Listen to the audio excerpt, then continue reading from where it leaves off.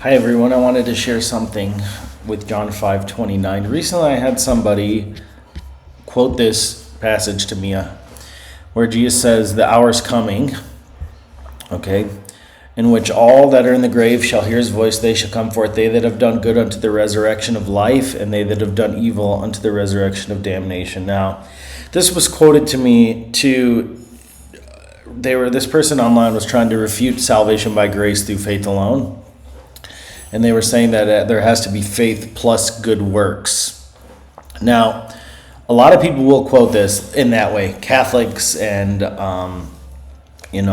Anglicans and I think even Armenians will sometimes, they'll quote this to say, well, if you don't do also, yeah, you can believe, but you also have to do good. And if you don't keep believing and doing good, well, then you won't have eternal life. You won't have resurrection to life. Now, obviously, I disagree with that because Ephesians 2:8-9 says we're saved by grace through faith, and it's a gift of God, it's not of works. Romans chapter 4.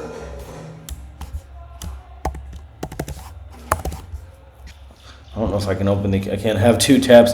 Romans chapter 4, verse 5 says, "But to him that worketh not, but believeth on him that justifieth the ungodly, his faith is counted for righteousness." So, a very common evangelical response to this saying, well, you're justified by faith and works, and that works are a necessary requirement for salvation, is this common view is that, genuine faith produces genuine works. So here, the Word Biblical Commentary says that the works of good and evil flow from the acceptance or rejection of Jesus. So this commentary says, by believing, good works flow from it. The Bible Knowledge Commentary, was from the Dallas Theological Seminary faculty.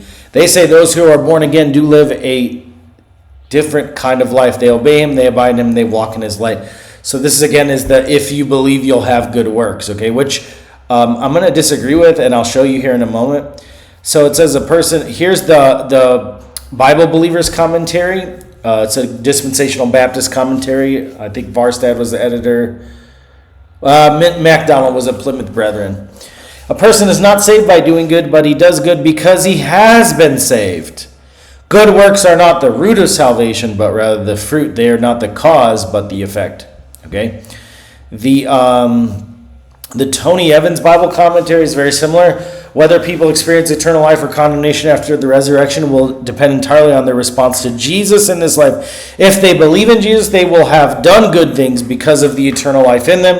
If they did not believe in Jesus, they will have done wicked things because of the lack of life in them." Okay? John MacArthur, "Good is believing on the Son so as to receive a new nature that produces good works." You can see he quotes the whole James 2 passage that people commonly quote. "The evil is to reject the Son. In essence, works merely evidence one's nature as saved or unsaved." Okay? And then the Expositor's Bible Commentary, I think this particular volume was by Will Mount, who actually wrote the Basics of Biblical Greek that a lot of seminaries use. "Salvation is by faith alone, but not faith that is alone. Believing faith inevitably expresses itself in loving response to the practical needs of others." Now, I studied this for a while, and I thought that the doing good here was in reference to those who have done good, was in reference to believing in Jesus. And I thought that because in John chapter 6, verse 29, it says, "This is the work of God, that you believe on him whom he hath sent." So I would say that doing good are those who've believed in Jesus, and those who've not done good are those who don't believe in Jesus. Okay? Now, and this is the position of Bob Wilkin of the Grace Evangelical Society. You can see that he says right here, doing good alludes to believing in Jesus, and doing evil is rejecting him. Now, for a while, this is what I was even thinking. But the problem with this is, let me back up. Why do I not accept the view that what we just read in all these commentaries, that this is talking about genuine believers will genuinely necessarily produce good works? And that's because in the Bible, believers don't always do good works necessarily. 1 Corinthians 3, they were carnal. These are people that Paul says you're sanctified, you're set apart, you're washed, you're justified. He calls them saints, but in 1 Corinthians he calls them carnal. He says they have envying and strife and that they're carnal. Okay? In Luke 8:13, the people, the soil that is on the rock, they hear, it says they receive the word with joy, which I believe they believe. They fall away, meaning, they stop doing good. And, which I take to be genuine believers. I know that's more of that's a little bit contested.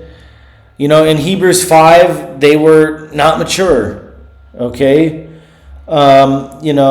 Anyway, the Bible's full of people who failed and deny, and believers are not guaranteed to necessarily have good works. I think all believers will probably have at least some good works, but I don't think it's necessarily true to characterize every genuine born again believer as either mostly or very consistently having good works. We can walk in the flesh, we can walk in the spirit. And now we know that this can't be talking about. It can't be talking about being justified by good works, because in Romans 3:10 it says there's none that does good, no, not one, and all sin and fallen short of the glory of God. Now, so I thought, well, a simple solution is, in the context of the Gospel of John, it's all about believe, believe, believe, believe.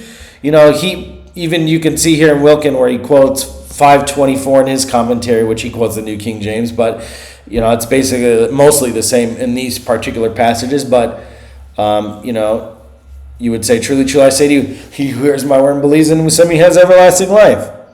And 3:36, he who believeth on the Son has life. He that doesn't believe doesn't have life. He quotes even, this is the work of God, that you believe on him whom he has sent. Okay, so I thought that, but then when I was studying, the word good here is plural and evil are plural. You could say good, those who've done good things and those who've done evil things. Those who've done good things, plural. Those who've done evil things, plural. Okay, so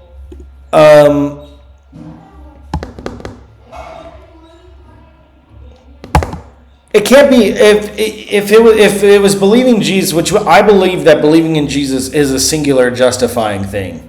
Okay, it's a moment of belief. Okay, you're justified by a moment of belief. I don't think you're justified by continual belief or repeated moments of belief. Okay, so then I would expect, if Wilkins' view was right, I would expect to see the singular form. Okay, so that got me thinking, and it got me thinking about Romans chapter 4, specifically when David says that, Paul says, to him that worketh not, but believeth on him that justifieth the ungodly, his faith is counted for righteousness. So if you don't have good works, but if you believe in Jesus, because Jesus, he makes those of us who are ungodly, he makes us righteous legally before God by our faith, not by our works. And then he says, David describes the blessedness of the man unto whom God imputeth righteousness without works. That means there's the person who God, he imputes, he puts righteousness on your account apart from works is blessed. Blessed are they whose iniquities are forgiven, whose sins are covered. Blessed is the man to whom the Lord will not impute sin. Okay, so here's the thing. If you believe in Jesus, positionally, God does not hold any sin on your account. That means even though as a Christian, in practice, I sin, and I'm not necessarily always doing righteous, God doesn't hold my evil on my account. So that means when I believe in Jesus, in the term of in the day of resurrection, for whether you're resurrected to life or you're resurrected to judgment, which I take, these are resurrections where your body is resurrected towards eternal life, and your body, or if you're an unbeliever, your body is resurrected to damnation. In terms of that resurrection is dependent on whether you believe or not, but it's because that if as a Christian, God doesn't view you as somebody who's done evil, even though you have, because if you believe, God does not impute your sin onto your account. So as a Christian, God only sees you as being righteous. And in terms of which resurrection you experience, God only sees you as having as doing good things. So I guess Wilkins' view is basically right, but maybe not in the way. Grammatically, I see some difficulties with saying, well, believing is just, doing good is just believing, because good and evil here are plural. So it seems like if you believe in Jesus, in terms of the resurrection day, God only sees the good things that you do. He only sees the righteousness that's imputed to you in Jesus Christ. And for this resurrection, he only sees the things you do when you're walking in the Spirit. Now, in terms of the judgment seat of Christ for rewards in the kingdom, that judgment is different. But in terms of deciding which type of resurrection you appear, resurrection to life, which I take to be eternal life, and resurrection to damnation, which I take to be like the lake of fire, I think that this is the best way to understand. So this is just a little bit of what I'm thinking about John chapter 5, verse 29. It's definitely not teaching justification by faith plus works, because that would create contradictions with Paul in Romans chapter 4 and some other passages and things like that.